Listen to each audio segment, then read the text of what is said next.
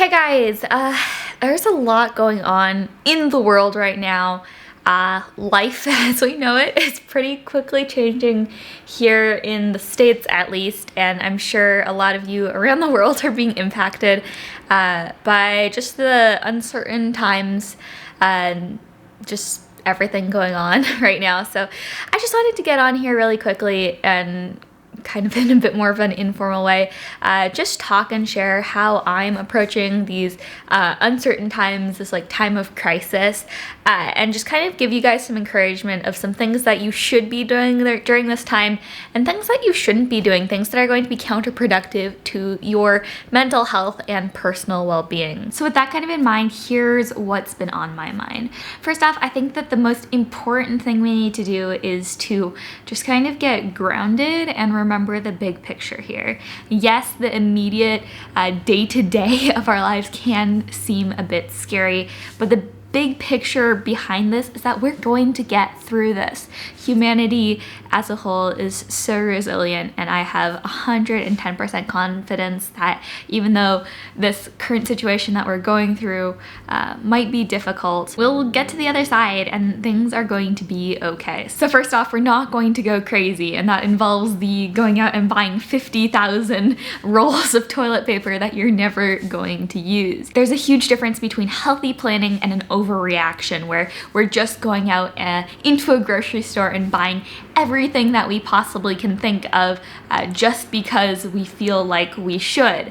That's just kind of this herd mentality that is really just us trying to find a way of getting back control. So we want to avoid those crazy overreactions, but that being said, even the minimalist that I am has engaged in what I would call careful planning. And this is something that I recommend that we all do. No, we don't need to go out and buy every single grocery that's out there just because we can, but I think that with us trying to practice social distancing and in some case self-quarantining, I think it is really important that we are preparing for that situation and making sure that we have the basic essentials that we need. So don't go out and buy groceries that you would never eat. If you don't normally buy canned corn, don't go buy canned corn or canned soup. But it is a good idea to go out and stock up on those groceries that you do buy on a regular basis and that you know you're going to need, whether you're being self-quarantined or simply just practicing social distancing and want to limit the amount that you're having to go to the grocery store. And then the other piece of this is really just being informed. I've seen a lot of people just going out and wildly buying all kinds of crazy stuff thinking that it's going to help them without having first done the education on what actually we as humanity are facing and dealing with right now. So it's really important that we're informing ourselves and trying to learn how we can respond and plan in a healthy way and in a way that's actually going to contribute to our overall well-being and not just give us a crazy stockpile of different supplies that we're never going to use. So from a practical standpoint, not going crazy but engaging in careful planning is really something that I'm trying to do, and I would definitely encourage you to do as well.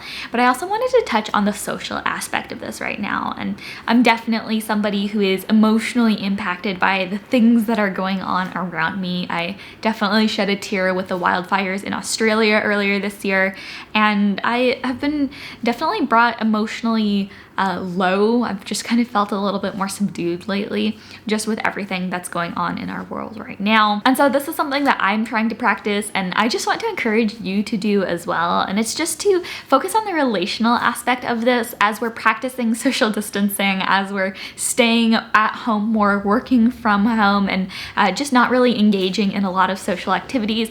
I really want you to just remember and emphasize the importance of relationships in your own life. And I'm not talking about those more distant social media interactions where you're interacting kind of distantly, screen to screen, like to like. I'm talking about calling people, FaceTiming them, texting them. If they live nearby and neither of you are displaying symptoms, maybe seeing them in person. I think that it's really easy for us to lose sight of human connection during times like this, but it's at exactly these times when we need each other the most. So focus on cultivating those relationships and get close and spend time with the people that you love. And then another one that I think is huge and is something that I'm really trying to implement is to minimize social media. And maybe this one isn't necessary for everyone out there, but I kind of mentioned that I am a really sensitive person in the sense that I emotionally take on what I see going on in the world. And so for me, social media right now is kind of depressing. Usually social media is something that inspires and encourages me, but lately I've just been finding it kind of counterproductive to my own mental health and internal happiness. I would encourage you, if that's something that you're feeling as well, just to try getting off of social media for a couple of weeks. That's something I'm committed to right now. Starting this past Sunday, I really set the goal of being off of social media. Obviously, still going to be recording YouTube videos, but being off of specifically like Instagram, Facebook, and Twitter. I find those are the biggest culprits for me. Just getting off of social media so that you can have that refreshed mind space, so you're not being brought down by the things that you're seeing going on in the world. If that's something that you think would serve you, I'd highly recommend just trying to limit the amount that you're using social media, or even getting rid of it completely for a period of time, just so that you can focus on you internally and what's going on with you. So we've got what we're doing practically and not going crazy, but engaging in careful planning. We've got what we're doing interpersonally and continuing to cultivate relationships while we're still maintaining some social distance. And then finally, I just wanted to touch on what we're doing in our community, because I'm really grateful in that Christopher and I both work from home. We are remote workers, and so we're still able to work and engage in our business right now. But there are a lot of small business owners and companies and just workers for whom they're not able to work during this time, as so many restaurants and small businesses are closing their doors to be able to help protect and maintain that social distancing that we're all trying to engage in right now. And so this is going to be a really hard time for a lot of those small business owners or those hourly employees. And I think it's really important that we as a community come around these people and support them and try to help in any way that we can. So I think there are two main aspects of this. The first is to shop small. If there are small businesses or local shops that you regularly support, continue supporting them. They might be some of the ones that are hardest hit during this time, so definitely make sure that you're not just kind of forgetting about them. If it's something you've supported in the past, continue to maintain that support. And then the other huge aspect of this is to give back. I know some of us are definitely more fortunate in easily being able to transfer to working from home, or just have flexibility around not being hugely impacted by this. And you know, that's great if you're among those people, but there are so many people who are, like I said, going to be really hit hard by this. And I think it's really important that we come around those people and really try to love on and support them